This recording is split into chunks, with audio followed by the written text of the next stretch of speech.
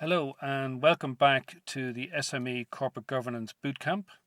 And today is the seventh in our series of video blogs, which are aimed at giving practical advice to the owners of small and medium-sized enterprises as they are using this period of enforced lockdown to reflect on the future of their business and the changes and the actions they need to take in order to move forward in the new environment that there will be after we get back to business as usual. The focus on the topic today is all around the human side of good corporate governance and the opportunity to focus your leadership team on what they need to be doing into the future.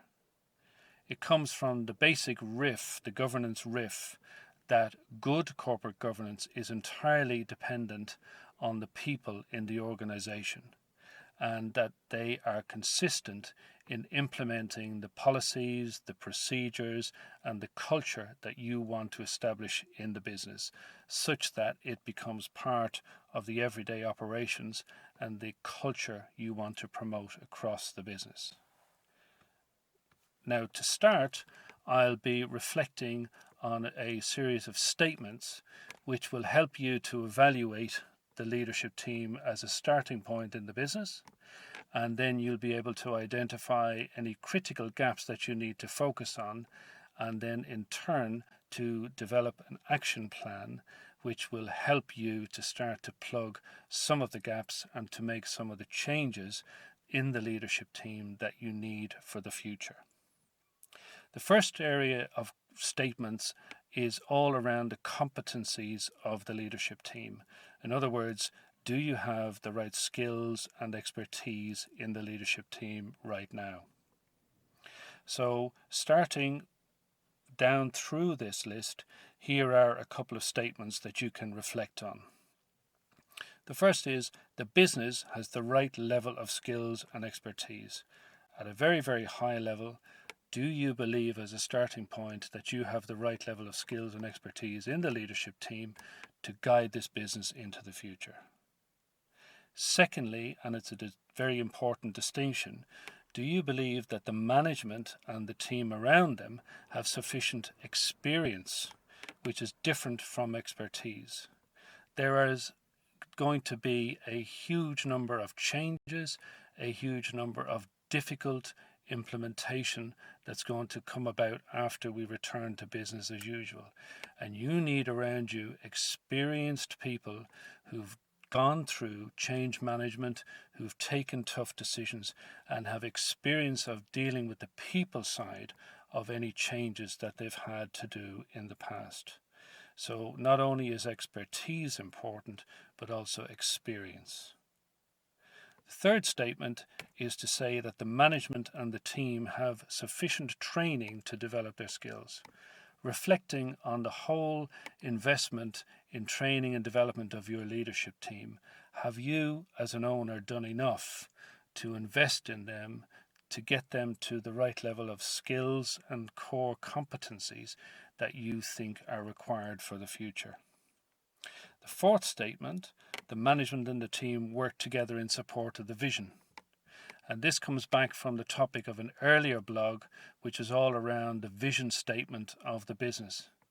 And in that vision statement, it's critical that the management and their team are totally aligned to, understand, and are accountable for the future vision of the business. Now, of course, if you haven't developed a vision statement, then that's clearly not going to be possible. But if you have you spent enough time on discussing that vision with them? Have you spent enough time on ensuring they are buying into the vision? And have you spent enough time on working with them in the vision so that they begin to own it? The last statement in this section is that the owners and management regularly review the skills and expertise required to support the business growth. How often do you step back from the day-to-day operations and work with the management team to identify the critical skills and experience and gaps there are in order to take the vision of the company forward? So that whole area as a first point is to reflect on the right skills and expertise that you have in the management team. The second area is all around engagement, and this is the whole aspect of the motivation and the level of buy-in that you have from the leadership team towards the vision or towards the future of the business. So again, looking at a series of statements that you can reflect on, we'll start with this one. The management and the team around them are united towards the vision of the business. Is everyone pulling in the same direction? Does everyone understand their roles and accountability? And that is the second question, that the management and the team clearly defined roles and accountabilities, and that is cascaded through the business plan and connects to the vision. And if you remember from a previous riff in one of the blogs, we said that there is a straight line of connection to the management team, starting with the ownership vision implemented through the business plan, and then you hold the leadership team accountable with their KPIs in that execution in any 12-month period. So is there that strong line between vision, the business plan, and the KPIs of the leadership team? The third statement in terms of engagement is that the management and the leadership team are regularly given feedback on their performance. In other words, that there is a good system of performance management in the organization, and that at least on a quarterly basis, the senior leadership of the team are given formal feedback on their performance versus the targets that have been set for them. And not only in terms of what they are achieving, but how they are going about doing that. And in a previous blog, as you recall, I've already described a way to set out 10 KPIs for every individual on the leadership team, which comprise of individual KPIs, shared KPIs across the whole leadership team, and then a limited number of KPIs, which is all around their behaviors and how they achieve their goals. The fourth question is to say, are the management and the leadership team, are they encouraged to share their ideas and to contribute to shaping the future business vision? It's so important to utilize the talents, the skills, the experience of the leadership team. And if there isn't a good process to get their buy-in, to get their contribution, and to get their experience in framing the vision, in framing the business plan, then that's a wasted opportunity. So what can you do better to engage the leadership team in framing the vision of the business, in framing the business plan, and therefore making sure they are buying into the targets that you set them? The last one, and this is a big issue, is the opportunity to look at the situation whereby the management and the leadership team have a share in the future success of the business. In other words, are you putting in place performance reward systems which will incentivize the leadership team to stay with the business, to perform in the business, and to act in a way that is consistent with the vision that you have set out?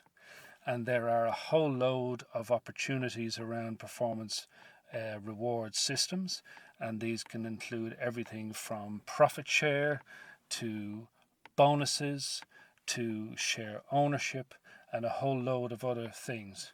And I would challenge any business owner that they should adopt one or other of these in order to engage the leadership team in the business.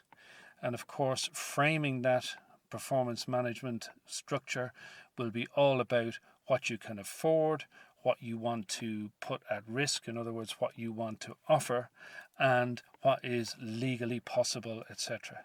But the whole notion or the whole strategy of developing a system whereby the leadership team have a stake in the future success of the business will really pay dividends if you can find a system that's fit for purpose in your business.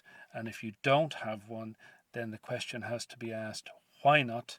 And what can you try and what can you profile to see if this will be a right system for you? Now, the third area of questions is all about the future and looking at the whole area of managing the risks around your people and putting in place steps for sustainable growth. If your business plan is framing a period of growth or a period of stability or a period of perhaps retrenchment, you need to understand what are the steps you need to take vis-a-vis your leadership team in order to be strong enough to give them the tools that they need, the skills that they need to move forward with you towards the vision. So here are again a series of statements that you can reflect on, and that will give you an opportunity to identify some focus areas. The first is that there is a clear talent management team regularly reviewed by the owners. Obviously, this is a function of how big the organization is, but you will be, if you're running an organization that is 20 or more employees, then you will be thinking about identifying who are the key people in the organization, the key talent, and what steps you will be taking in particular to promote them, to engage with them, and to make sure that they are getting the right level of support to develop their skills and expertise into the future. The second statement is the key skills and training gaps are defined and there are plans in place to address these. This comes back to one of the key points of good governance, in that there is a written and formal action plan in place which is based around the training needs of the leadership team to plug any gaps that there are, and that there is somebody accountable in the organization to drive that plan through to proper execution. If it's not formalized and it's not written, it won't be consistently executed, it won't be properly executed, and it certainly won't be delivered in a timely or cost-effective way.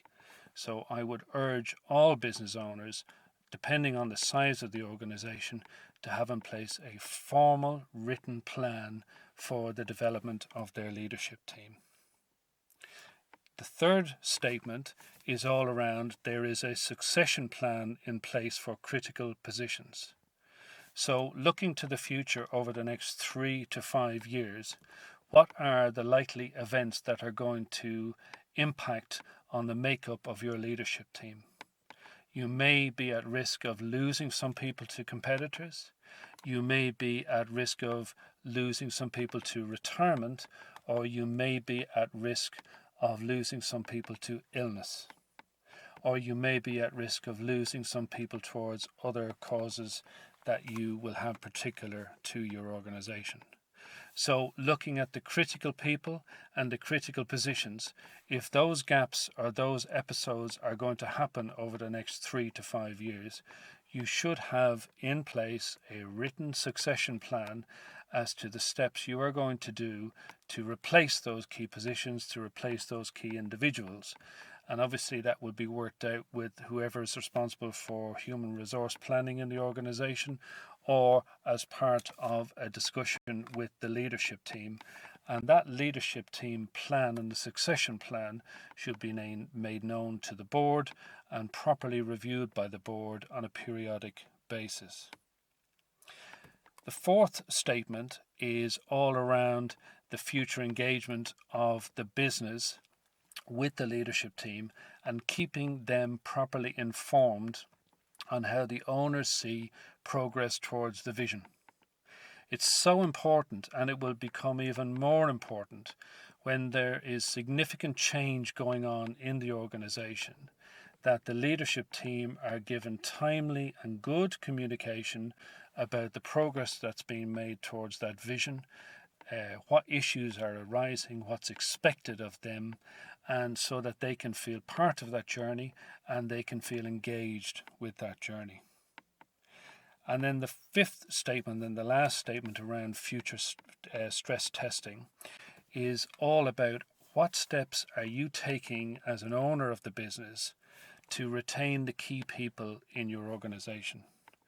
It will be extremely foolish if you think that as a result of the changes that are going on in the business world, that key people are not going to be tempted to move, are not going to be tempted to try new opportunities, etc. So looking at the key people in your organization, you need to ensure that you are taking steps to retain them. And that could be performance related, that could be giving them individual projects, that could be developing a pathway for them to go through promotion or to come onto the board, or whatever strategy you may want to put in place, that you will have a plan with these key people to engage them and to make sure they come along with you on the challenging journey that's ahead. So I hope those three areas of questions and statements will give you the opportunity to reflect on your starting point. And those are around the competencies, in other words, the right skills and expertise in the leadership team. It's around their engagement, in other words, around their motivation and how engaged they are with the future business of the future vision of the business. And then the last is to look at how well placed your leadership team is for the future and stress testing that to identify critical gaps. Now, as you are going forward with the business, there's going to be a significant level of change that's going to be taking place over the next 6, 12, 18 months once we come back to business as usual. And it's really important that when you're engaged in change in the organization, that you are managing the change as effectively as possible in order that the things that you want to carry out are properly done and they become properly embedded into the organization. So when you're building the team around you, I suggest you reflect on three key areas when you are testing your own actions and your own management of the changes that you're going to bring about into the business. The first is the whole area of values, behaviors, and connecting those to the operations. This comes from an earlier governance riff which I described. It's not just what you do in the business, it's how you do it and how well the organization conducts its business and how well it engages key stakeholders, both internal and external to the business. And there must be defined a set of values and a set of behavioral expectations in the leadership team that you hold them accountable for, in order that they are going to connect with the business and they're going to connect with the vision in the business, and that becomes embedded in the day-to-day operations. So it's really, really vital that you spend time to reflect on what are the values and the behaviors you want to have in the new business environment and how you can translate those through the business plan into the daily operations of the business.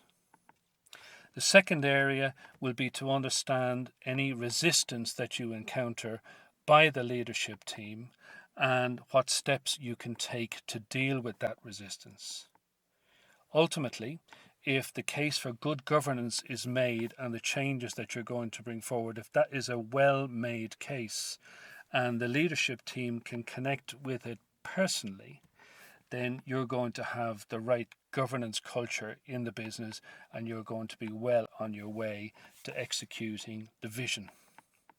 Now, it's really important that you step back and you understand if people are resisting that change, if people have issues with that change, you try to get to the bottom of why the people are resisting the change. And that takes courage and it takes patience in order to do that evaluation. Before the current lockdown, you may have been trying to bring about some changes in the business and they weren't being properly executed. there was resistance, be it overt resistance or covert resistance. And it's really important to use this period of time to reflect on why there's a resistance to change and to see what you can do to engage those people in order to get them to buy into the vision and the series of changes that you're going to bring out. So understand the resistance to change, because if you can convert people, you're going to get their buy-in. And the third area is that culture is not built up in 5 minutes, because if something is built up in a very short period of time, then it can collapse or it can be broken in a very short period of time. So building a good governance culture takes time, and it takes example. And only by you as an owner and the directors and the senior leadership in the business exhibiting the behaviours that you want to see in place very overtly and supporting them at every opportunity, that they become part of the everyday operations and they become part of the practice of the organization. And then the wider organization, seeing that example from the top, will buy into the culture that you want. And that takes time. And the reality is that there will be mistakes made in the whole process, because nothing is perfect, and the best laid plans of change will always have to be adapted as you move forward. And leaders in the organization, particularly at the ownership level and the directors, you must be patient when mistakes are made and try to take time to explain the consequences of those mistakes to the leadership team, and you support any corrective actions that need to be taken along the way. So the whole point here is that mistakes will be made, because people are human and there will always be gaps in communication, etc., etc. So when you're involved in change management, accept that mistakes will be made. At the same time, what you need to do as a leader and as an owner in the business is you need to commit and to advocate the changes that you are proposing in the organization. You must be visible, you must be present, and you must be supportive in front of your leadership team and in front of the wider organization in order to make sure that these changes take place properly, on time, on budget, and in a way that they become sustainable to the organization for the long term.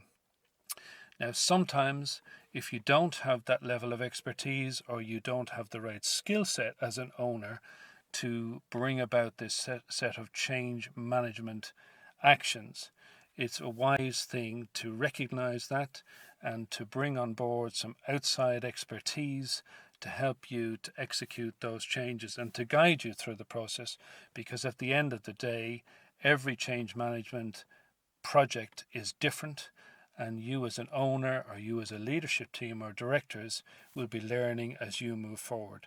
So sometimes if the expertise is not there, it's a very wise thing to bring in some outside expertise to make sure that you will be successful. At the end of the day, the basic message from this video blog is all around building the right team around you.